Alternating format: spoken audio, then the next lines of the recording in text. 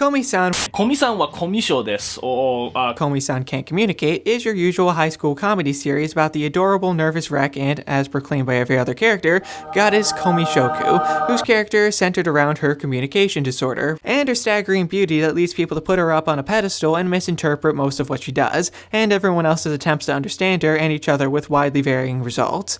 Having a near-silent protagonist like Komi is fun because she immediately becomes more pure and childlike and you pay a lot more attention to her actions, even if it's just her writing down what she wants to say. Her expressions are kinda limited to looking brooding or wide-eyed with the occasional cat motifs, but you can get a surprising amount out of them visually, even if it has to be translated by one of the few people that actually understand her.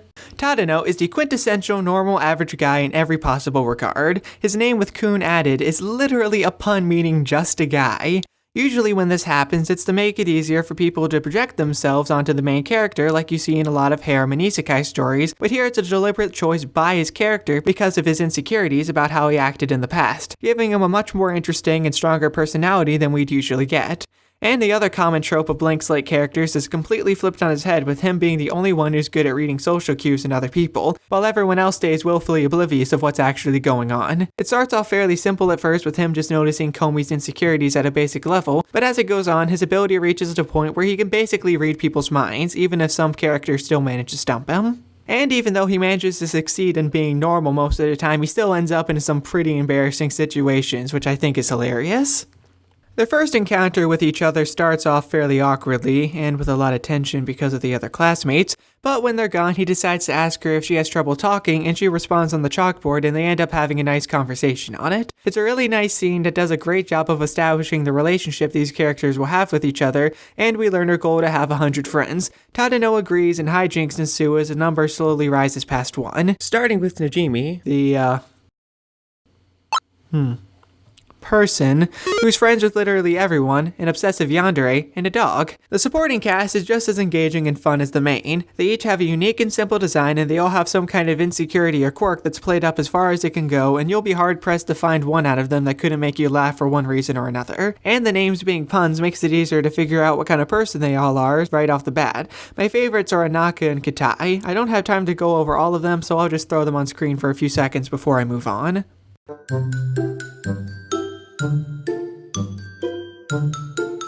I'm not going to beat around the bush here. I loved reading this. It had so much relatable, wholesome, and really dumb humor that I couldn't get enough of, and I had a great time through everything currently out. So it goes without saying, if there was an anime of this, I'd be really excited to see it. Its simple style for the faces lends itself really easily for animation, especially with Komi, and there are so many scenes that I'd love to see fully animated, like the chalkboard scene and whatever else I decide to use for examples while I'm editing this. But, at the same time, I don't think it would really, work. There are just a few issues that could get in the way. Maybe not sales, I don't think, because if there was a figurine of her, I'd buy that in a heartbeat. But it's really hard to find physical copy, so that kinda sucks. The one thing that sticks out to me the most is something that's one of the manga's biggest strengths, but could easily be a weakness here. There's this idea that it's better to show and not tell when you can, like avoiding too much exposition and letting the audience follow what's going on without being told directly. But this comic is pretty much all tell. Going back to the characters, a lot of the humor is centered around their different thought processes and describing complex emotions, showing them in blocks of text next to them. This is great for the manga because one of the themes is being able to read people, something that this quite literally lets you do. You get to know exactly what everyone is thinking, and with the translations, you don't have to guess the way they do. It plays with the concept in interesting ways, and it also helps a huge amount of visual gags as well. But I think it could lead to some issues with the broadcast. Some can be cut out if they aren't really important, but the ones that are important really can't work read aloud if they aren't part of someone else's thoughts. Especially Komi, since hearing her voice is meant to be kind of rare, so dubbing over them is out of the question. Cutting to the notebook too much would be pretty dumb, and in episodes with just her, it's essential for them to be there. There would also be the possibility that there's too much for people to read and they'd end up missing part of a joke. But if everything paused, it could break the flow of a conversation or scene. 翻訳された字幕のもう一つの小さな問題として、会話音声だけでなく、日本語と英語の字幕が同時に表示されることです。少しごちゃごちゃして見にくいだけでなく、理解するのも大変です。Netflix や YouTube だったら一時停止できますが、一般の放送だとそれもできず、まして翻訳なしでは大変です。それができないわけではないですが、多くの人は字幕を読むことや文字で会話をすることにも慣れているのです。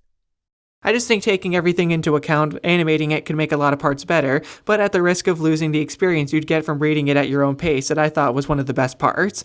You know, if that makes any sense. I could be completely wrong here, so don't take any of that too seriously. I just think it would be impressive if whatever studio took this on managed to pull it off. So yeah, that's all I had to say. I highly recommend reading it. There's over 140 chapters across several volumes, but the physical copies are still in Japanese and hard to come by.